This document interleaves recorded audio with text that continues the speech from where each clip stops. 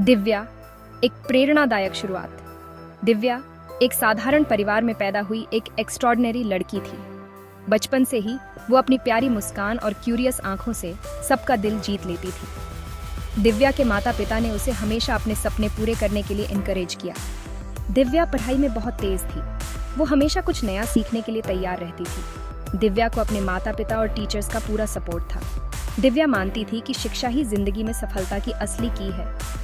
वो हमेशा कहती थी, मुझे बड़ा आदमी नहीं, अच्छा इंसान बनना है। दिव्या की यही सोच उसे सबसे अलग बनाती थी।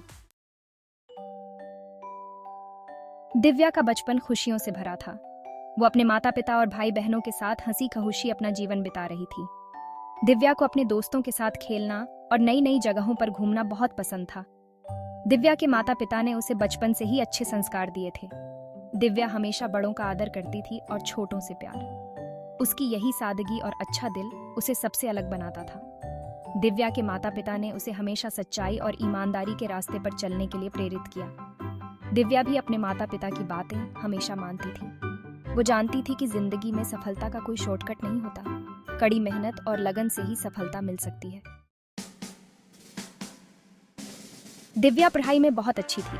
उसने अपनी स्कूल की पढ़ाई गांव के ही स्कूल से पूरी की। दिव्या को हमेशा से ही पढ़ाई में बहुत इंटरेस्ट था। वह अपनी कक्षा में हमेशा फर्स्ट आती थी। दिव्या के माता पिता ने उसकी पढ़ाई के लिए कोई कमी नहीं छोड़ी। उन्होंने दिव्या को आगे की पढ़ाई के लिए शहर भेजा। दिव्या ने भी अपने माता पिता की उम्मीदों पर खरी उतरते हुए कॉलेज में भी अपनी प्रतिभा का लोहा मनवाया। दिव्या ने अपनी मेहनत और लगन से अपनी पहचान बनाई। उसे बहुत सी कंपनीज से जॉब ऑफर्स हुए। दिव्या ने अपनी पसंद की कंपनी में काम करना शुरू कर दिया।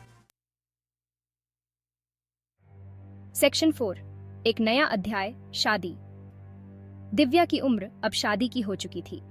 उसके माता पिता ने उसके लिए एक अच्छा रिश्ता ढूंढ लिया। दिव्या की शादी एक अच्छे परिवार में तय हुई। दिव्या के ससुराल वाले भी बहुत अच्छे थे। दिव्या को अपनी शादी की जिंदगी से बहुत उम्मीदें थीं। वो अपने पति के साथ एक खुशहाल जीवन बिताना चाहती थी। शादी के कुछ समय बाद ही दिव्या को एहसास हुआ कि उसकी जिंदगी अब बदल चुकी है। दिव्या के पति बहुत ही नैरो माइंडेड निकले। वो नहीं चाहते थे कि दिव्या नौकरी करे। दिव्या को घर की चारदीवारी में कैद करके रखा जाने लगा। सेक्शन 5, दकियानूसी परंपराओं से सामना। दिव्या के पति और ससुराल वाले दकियानूसी विचारों के थे।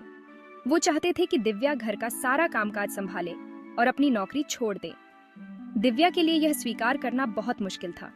उसने अपनी पढ़ाई और करियर के लिए बहुत मेहनत की थी। वो अपनी पहचान नहीं खोना चाहती थी। दिव्या ने अपने पति से बात करने की कोशिश की। उसने उन्हें समझाने की कोशिश की कि वो नौकरी करके घर की आर्थिक मदद कर सकती है, लेकिन दिव्या के पति और ससुराल वाले उसकी एक न सुनी।